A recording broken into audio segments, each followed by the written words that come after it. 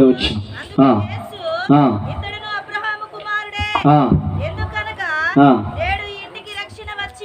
చాలు, అందరూ కళ్ళు మూసుకొని చిన్న ప్రార్థన చేసుకుందాం. మహాపరిశుద్ధుడా, ప్రేమ కలిగిన యేసయ్య, నీ బంగారు పాదాలకు లెక్కలే కాదు కృతజ్ఞతాస్తులు స్తోత్రం చెల్లిస్తున్నాను ప్రభా. ఇదిగో ప్రభా, అయా ఈ మట్టిలో నుంచి వచ్చిన ఈ దేహాన్ని ప్రభా నీ స్తోత్రములు ప్రభా.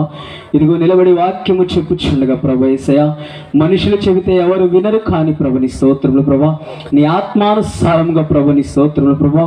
అయా నీ వాక్యాన్ని బోధించడానికి ప్రభా యేసయ్య, నీ మాటలు అనేక మందికి వినిపించడానికి ప్రభా యేసయ్య, నువ్వు మాకు తోడుగుండమని అడుగుచున్నాను ప్రభా నీ స్తోత్రం ప్రభా. ఇప్పుడు చెప్పే వాక్యాన్ని ప్రభా యేసయ్య నీ స్తోత్రం ప్రభా, ప్రతి బిడ్డలో నాటడానికి నీ సహాయం దయచేయమని నేను చేసిన చిన్న ప్రార్థనని పరలోకం చేర్చుకున్నాను తండ్రి. ఇంకోసారి చదువమ్మా.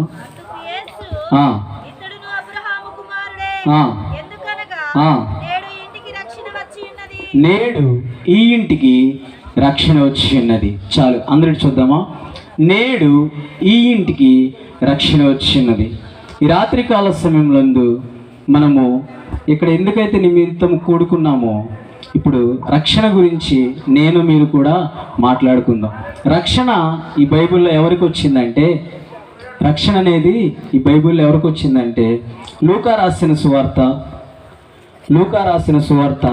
15వ అధ్యాయము 11వ నుంచి 14వ వచనం వరకు చదువుకుందాం.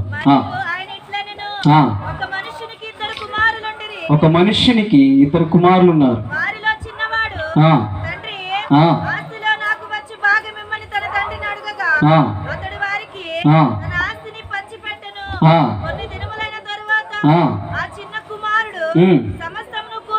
కూర్చుకొని పోయి ఆస్తిని పాడు చేసెను.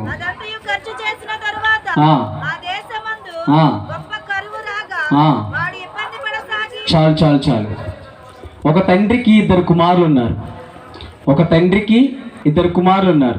చిన్న కుమారుడు తన ఆస్తిని, తన తండ్రిని, నీ ఆస్తిలో సగభాగం నాకు ఇచ్చేయమని తన తండ్రిని అడుగుతాడు.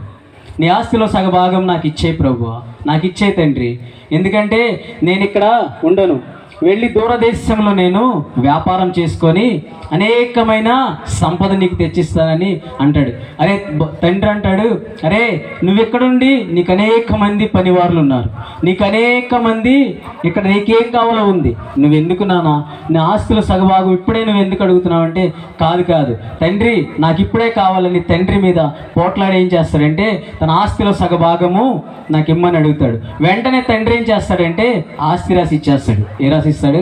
తన ఆస్తి రాసి ఇచ్చేస్తాడు. ఆస్తి రాసి ఇవ్వగానే తండ్రి ఏం చేస్తాడు, కొడుకు ఏం చేస్తాడంటే దూరదేశాలకు వెళ్ళిపోతాడు. ఎక్కడికి వెళ్తాడు? దూరదేశానికి వెళ్ళిపోయి దుర్వ్యాపారంలో ఆ డబ్బులు పెడతాడు. ఏం చేస్తాడండి? దుర్వ్యాపారంలో ఆ సంపద అంతా పెడతాడు. కానీ అతనికి డబ్బు రాదు. ఎవరికి? ఆ కొడుక్కి ఏం చేస్తాడంటే డబ్బంతా పోతుంది. ఏం చేస్తాడు? దుర్వ్యాపారంలో పెడతాడు. వెళ్ళి ఆ దేశం విడిచి, తన తండ్రిని విడిచి వెళ్ళి ఆడంతా డబ్బు సంపాదించి చేద్దాం అనుకున్న కొడుకుకి ఏమవుతుందంటే చివరికి రూపాయి కూడా మిగలదు. ఎందుకనగా ఆ దేశంలో కూడా కరువు వచ్చిందంట. అప్పుడు ఏమొచ్చింది? ఆ దేశంలో కూడా కరువు వచ్చింది. గొప్ప కరువు రాగా ఆ దేశంలో కుమారుడు వెళ్ళిపోయి, ఇదిగో ఆ సంపాదన అంతా నేను 200, 300, 400 సంపాదిస్తానని గబగబ వెళ్ళి ఆ దేశానికి వెళ్తే ఆ దేశంలో కూడా గొప్ప కరువు వచ్చింది. ఆ కరువు రాగా అప్పుడు ఆ చిన్న కుమారుడు ఏం చేస్తాడంటే, ఇదిగో ఒక అధికారి దగ్గర ఉద్యోగం చేద్దామని వెళ్తాడు. ఏం చేస్తాడు? ఒక అధికారి దగ్గరికి ఉద్యోగం చేస్తానని వెళ్తాడు. చివరికి ఆ అధికారి ఏం చేస్తాడంటే తన పందులు మేపే ఉద్యోగం ఇస్తాడు. ఏం చేస్తాడండి? పందులు మేపి ఉద్యోగం ఇస్తాడు. గబగబా వెళ్ళి ఆ పందులు తినే ఆహారం తినాలనుకుంటాడు. చివరికి ఆ కొడుకు ఏమవుతుందంటే అన్నము కూడా దొరకదు. అన్నము కూడా దొరకదు. గబగబా వెళ్ళి ఆ పందులు తినే ఆహారము తిందామన్నా చివరికి అతనికి ఏం రాదంట, పందులు తినే ఆహారము కూడా, పందులు తినే పొట్టు కూడా అతనికి దొరకదంట. అనుకుంటాడంట, ఆలోచిస్తాడంట. ఏమని ఆలోచిస్తాడో తెలుసా? ఇదిగో నేను నా తండ్రికి విరోధముగా, ఈ పరలోకం విరోధముగా పాపము చేసి వచ్చి తినే, నేనేదో చేద్దామని దేశానికి వచ్చానే, ఇంకేదో చేద్దామని ఇక్కడికి వచ్చానే, చివరికి నాకేమవుతుందో తెలుసా? ఇలా చేశాడు దేవుడు. ఎందుకంటే తన తప్పు తానే తెలుసుకొని కుమారుడికి ఏమవుతుందంటే ఆలోచన వస్తుందంట. హల్లెలూయా, హల్లెలూయా. తన కుమారుడికి ఏమొస్తుంది? ఆలోచన వస్తుంది. ఎందుకంటే నా తండ్రి దగ్గర అనేక మంది పనివాళ్ళు ఉన్నారు, నా తండ్రి దగ్గర బహు విస్తారమైన ఆస్తి ఉంది, నా తండ్రి దగ్గర ఎంతో సంపద ఉంది. కానీ నేనేం చేశానంటే చివరికి ఇక్కడికి వచ్చి నా తండ్రి దగ్గర ఆస్తి రాసుకొచ్చుకొని ఇక్కడ ఏదో చేద్దామని వచ్చాను. చివరికి నాకేంటో తెలుసా? ఆకలికి కూడా అలమటిస్తున్నానని ఆ కుమారుడు బాధపడతాడంట. హల్లెలూయా, హల్లెలూయా. అలా బాధపడినప్పుడు, అతను ఆలోచన చేస్తున్నప్పుడు అతని ఒక దేవుడు ఒక తలంపు తెస్తాడు. ఏం తలంపు తెలుసా? నా తండ్రి దగ్గరికి నేను వెళ్ళిపోవాలి. హల్లెలూయా, హల్లెలూయా అని ఆలోచించుకొని తన తండ్రి దగ్గరికి గబగబా, ఇదిగో నేను పాపం చేసేనే, అక్కడ నా తండ్రి దగ్గర అనేక మంది పనివారులు ఉన్నారే, గబగబా నేను వెళ్ళిపోయి, తండ్రి నేను కూడా నీ పనివారిగా ఉంటానయ్యా, నన్ను కూడా నీ పనివారిగా జ్ఞాపకం చేసుకో అని నా తండ్రి మీద పాదాల మీద పడి నేను రోధిస్తాను, అలమటిస్తాను. ఎందుకంటే నేను ఇక్కడ చచ్చిపోయే స్థితిలో నేను బ్రతుకుతున్నాను, నాకు ఇంకా ఇక్కడ ఉంటే నేను చచ్చిపోతాను నిజంగా అని తన తప్పు తాను తెలుసుకొని తిరిగి ఆ దేశానికి వెళ్తున్నాడంట. హల్లెలూయా, హల్లెలూయా. ఆ దేశానికి వెళుతుండగా తండ్రి అంత దూరమున చూసి, ఇదిగో నా కుమారుడు వస్తున్నాడు అనుకుంటా, ఎందుకో నా కుమారుడు వస్తున్నాడు అనుకుంటా అని దూరంగా కళ్ళు నిలుపుకొని చూస్తుంటే తన కుమారుడు ఎక్కడో కనబడుతున్నాడు. హల్లెలూయా, హల్లెలూయా. గబగబా వెళ్ళి గబగబా కొడుకు వచ్చి గబగబా తండ్రి వెళ్ళి తనని హత్తుకొని తన తండ్రి ఏం చేస్తున్నాడో తెలుసా? ముద్దు పెట్టుకుంటున్నాడు. హల్లెలూయా, హల్లెలూయా. ముద్దు పెట్టుకుని ఏం చేస్తున్నాడో తెలుసా? తన తప్పు తాను తెలుసుకుని తండ్రి ఎంటే పాదాల మీద పడిపోయి, తండ్రి నీకు విరోధముగా పరలోకము విరోధముగా నేను పాపము చేసి తినయ్యా, నన్ను క్షమించు ప్రభు, నన్ను క్షమించు తండ్రి. అవునయ్యా, అవును తండ్రి, నేను నిన్ను వినక, నీ మాట వినక నేను ఎంతో దూరం వెళ్ళి నీకు ఏదో చేద్దాం అనుకుంటే చివరికి నేను చచ్చిపోయే స్థితి నాకు వచ్చిందని తన తండ్రి దగ్గర తప్పు తెలుసుకుంటాడంట. హల్లెలూయా, హల్లెలూయా. తన తండ్రి ఇంకా తన కొడుకు దూరముగా ఉంటే తన తండ్రి గబగబా వచ్చి హత్య చేసుకున్న తన పనివారిని పిలిచి, ఈరోజు ఒక గొప్ప విందు మనకు చేయండి, చచ్చిపోయిన నా కుమారుడు ఈరోజు మరలా బ్రతికొచ్చాడని తన కుమారుని గురించి పనివారిని పిలిచి, ఇదిగో కొవ్విన పశువును తీసుకురండి, కొవ్విన దూడను తీసుకురండి, నా కొడుకు బట్టలు తీయండి, తెల్లని వస్త్రము ధరించండి, చెప్పులకి పాదాలు తొడగండి, చేతికి రింగు దొరకండి. ఇదంతా ఏం చేస్తారంటే పాతవి గతించెను, సమస్తము కొత్తవాయను. హల్లెలూయా, హల్లెలూయా. ఆ కుమారుడికి గబగబా తీసుకుని వచ్చి అవన్నీ చేస్తారంట. ఆ రోజు ఆ ఇంటికి ఏమొచ్చిందో తెలుసా? రక్షణ వచ్చింది. హల్లెలూయా, హల్లెలూయా. ఈ రాత్రికాల సమయమందు పాఠం ఏంటో తెలుసా? నేడు నీ ఇంటికి రక్షణ వచ్చింది. ఈ రాత్రికాల సమయంలో ఇక్కడ కూడి ఉన్న మనందరికీ ఏం కావాలో తెలుసా? రక్షణ అనే హస్తం మనకు కావాలి. హల్లెలూయా, హల్లెలూయా.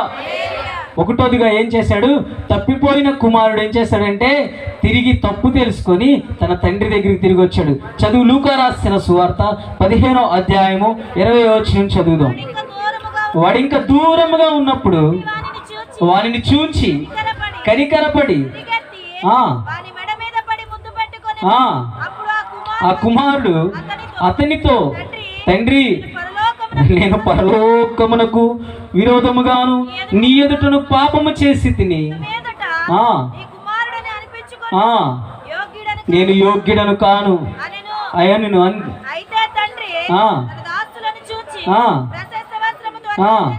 తెచ్చి వీడికి కట్టి వీని చేతికి ఉంగరము పెట్టి పాదములకు చెప్పులు తొడిగించి కొవ్విన పశువుని తెచ్చి వధించుడని మనము తిని సంతోషించదము. ఇది నా కుమారుడు చనిపోయి మరలా బ్రతికేను. హల్లెలూయా, హల్లెలూయా. ఏం చేశాడు?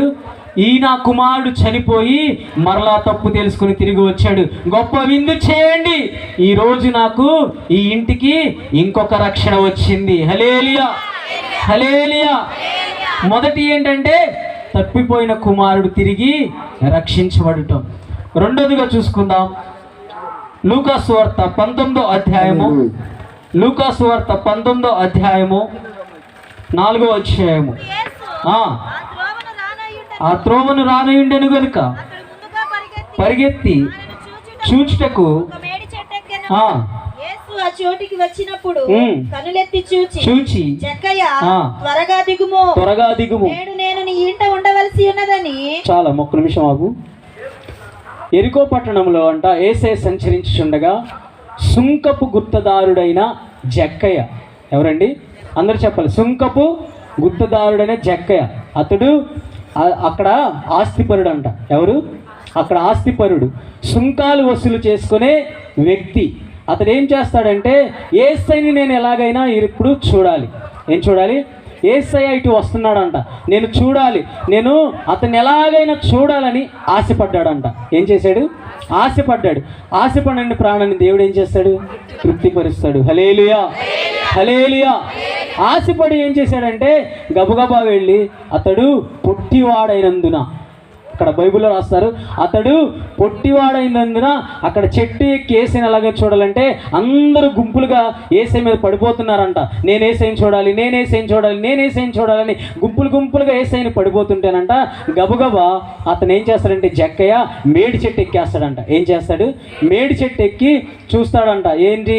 నేను యేసయ్యని ఎలాగైనా రాత్రి చూడాలని గబగబా మేడి చెట్టు ఎక్కి చూస్తుంటే యేసయ్య ఎవరంతరంగా ఎరిగిన దేవుడో తెలుసా? మనంతంతరంగా ఎరిగిన దేవుడు, మన మనసు ఎరిగిన దేవుడు. అక్కడ అందరూ ఉన్నా కూడా ఎవరిని పిలిచాడో దేవుడు తెలుసా? జక్కయ్యని పిలిచాడు. హల్లెలూయా, హల్లెలూయా. జక్కయ్య కిందకి దిగు, నేడు నేను నీ ఇంట ఉండవలసి ఉన్నది. హల్లెలూయా, హల్లెలూయా. జక్కయ్య ఏం చేశాడో తెలుసా? యేసయ్య ఏం చేశాడో తెలుసా?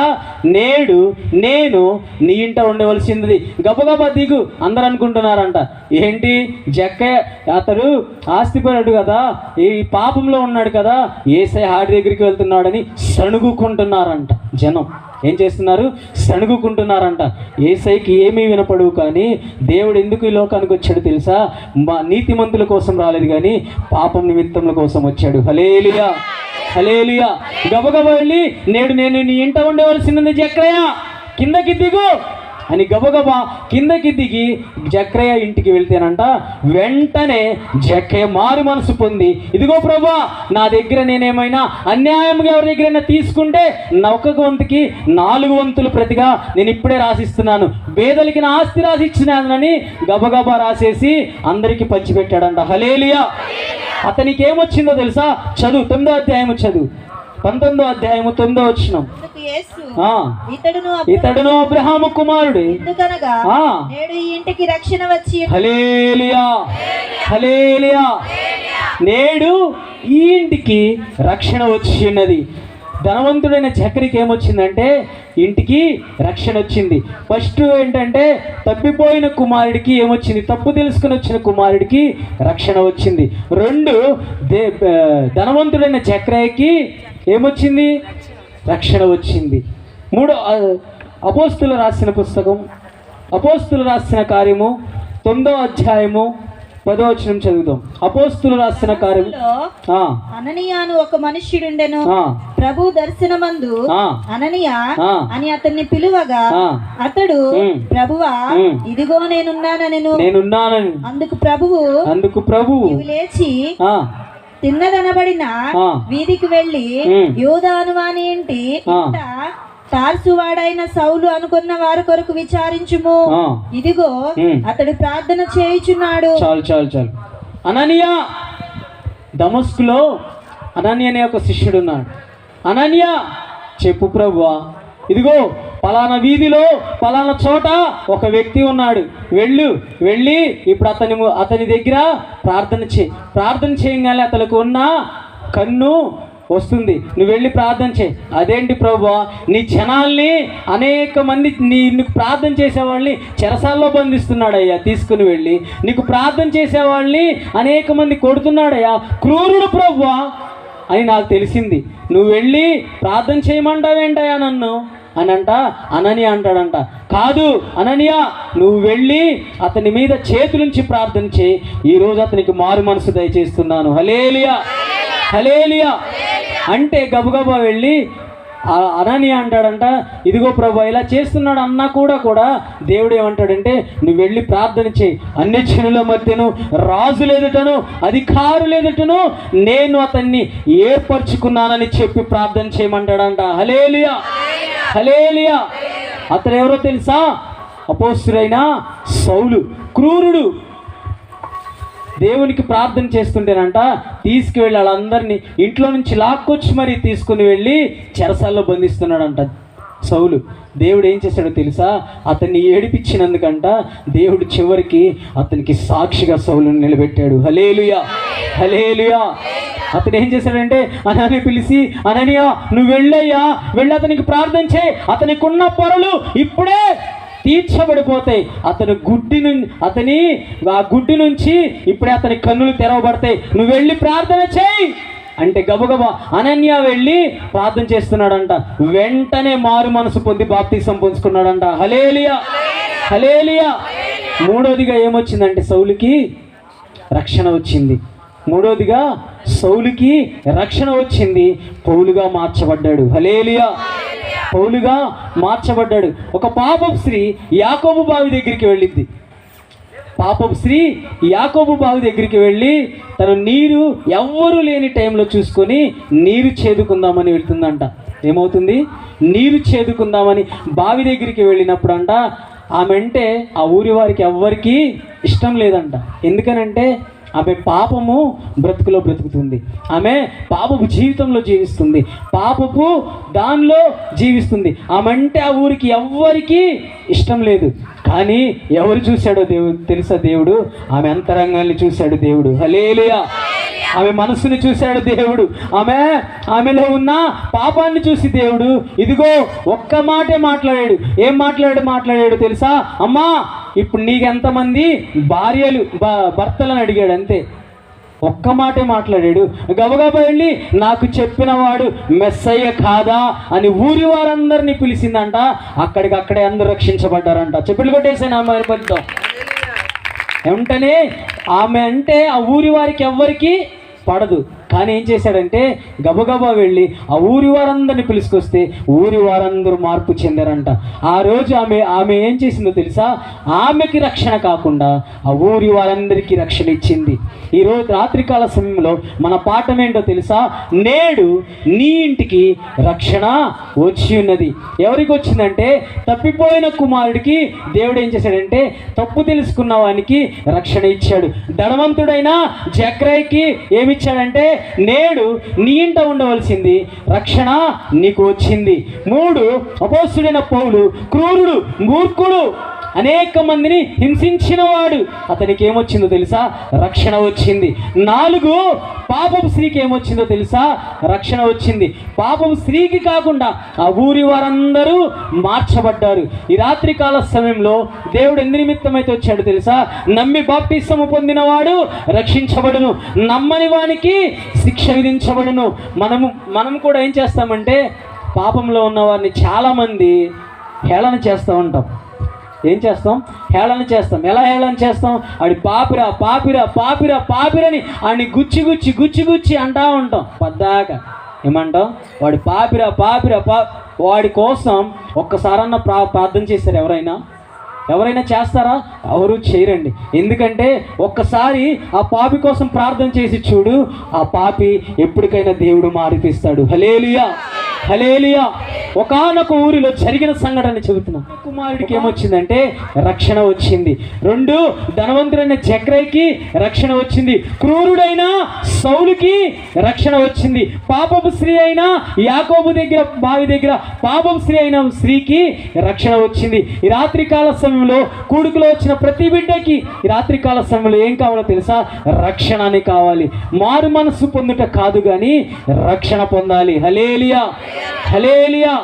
మారు మనసు ఒక భాగ్యమే కానీ మనలో ఏం కావాలంటే రక్షణ కావాలి. ముందు రక్షించబడిన మనము మన కుటుంబాన్ని మార్చుకోవాలి, రక్షించబడిన మనము మన చుట్టుపక్కల వాళ్ళని మార్చాలి, రక్షించబడిన మనము ఈ ఊరిని మార్చాలి, రక్షించబడిన మనము ఈ దేశాన్ని మార్చాలి, రక్షించబడిన మనము ఈ ప్రపంచాన్ని మార్చాలి. ప్రపంచంలో అందరూ దేవునికి రక్షణ వచ్చింది. ఈ రాత్రికాల సమయంలో మన ఇంటికి కూడా ఏమి కావాలంటే రక్షణ మనకి కావాలి. అట్టి కృప దేవుడు మనందరికీ దయచేయునుగాక. అందరూ లేచి నిలబడదాం, అందరూ లేచి నిలబడదాం, అందరూ ఒకసారి లేచి నిలబడదాం, అందరూ ఒకసారి లేచి నిలబడదాం. అందరూ ఒక్క నిమిషం కళ్ళు మూసుకొని చిన్న ప్రార్థన చేద్దాం. అందరూ ఒక్క నిమిషం చిన్న ప్రార్థన చేద్దాం. అందరూ ఒక్క నిమిషం కళ్ళు మూసుకొని చిన్న ప్రార్థన. యేసయ్యా ఈ బిడ్డని వాడుకోమని ఒక్క నిమిషం చిన్న ప్రార్థన రక్షణ నిమిత్తము ఈ రాత్రి కాల సమయంలో. ఇదిగో నేడు నీ ఇంటికి రక్షణ వచ్చింది. ఈ రాత్రి కాల సమయంలో మన ఇంటికి కూడా రక్షణ కావాలి. ఈ రాత్రి కాల సమయంలో ఏం కావాలంటే మనకు కూడా రక్షణ కావాలి. ఇదిగో రక్షణ మన ఇంటికి వచ్చింది, రక్షణ కావాలి, మనకు కూడా రక్షణ కావాలి. పాపపు స్త్రీకి రక్షణ వచ్చింది, ఇదిగో తప్పిపోయిన కుమారుడికి రక్షణ వచ్చింది, ఇదిగో ధనవంతుడైన జక్రయ్యకి రక్షణ వచ్చింది, క్రూరుడైన సౌలుకి రక్షణ వచ్చింది. నేడు నీ ఇంటికి కూడా రక్షణ కావాలి. ప్రతి ఒక్కరు రెండు చేతులు పైకెత్తి దుఃఖ స్వరముతో యేసయ్యా నీకే మహిమ, నీకే మహిమ, నీకే మహిమ.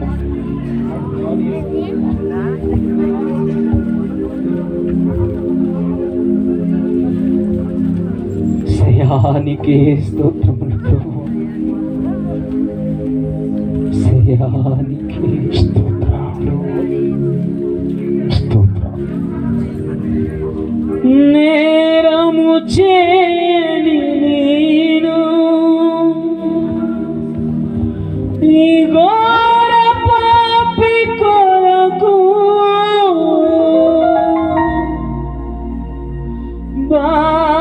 భారమైన సిలువా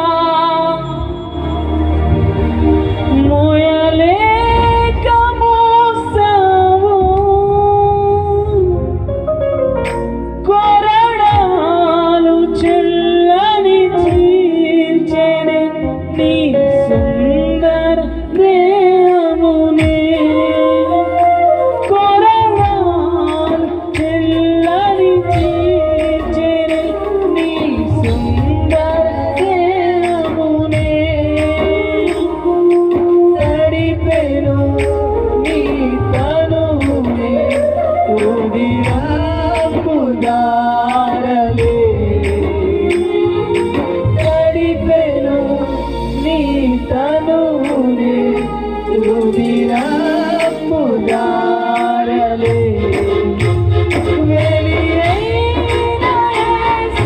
అందరం కలిసి చూద్దాం. బలియైన యేసయ్యా, నీలో నలిగితివా, నీవే తోలసితివా, సిలువలో ఆ సిలువలో ఆ ఘోర రాత్రి కావచ్చు. నా ఇంటికి రక్షణ కావాలి, నా కోసము సిలువలో వేలాడినవాడు. ఇదిగో ఈ రాత్రి కాల సమయంలో నీకు రక్షణ, నీ కుటుంబానికి రక్షణ. ఇదిగో నా కోసము సిలువలో బలి అయ్యావు అయ్యా, నా పాపముల నిమిత్తము, నా శాపముల నిమిత్తము. ఇదిగో నా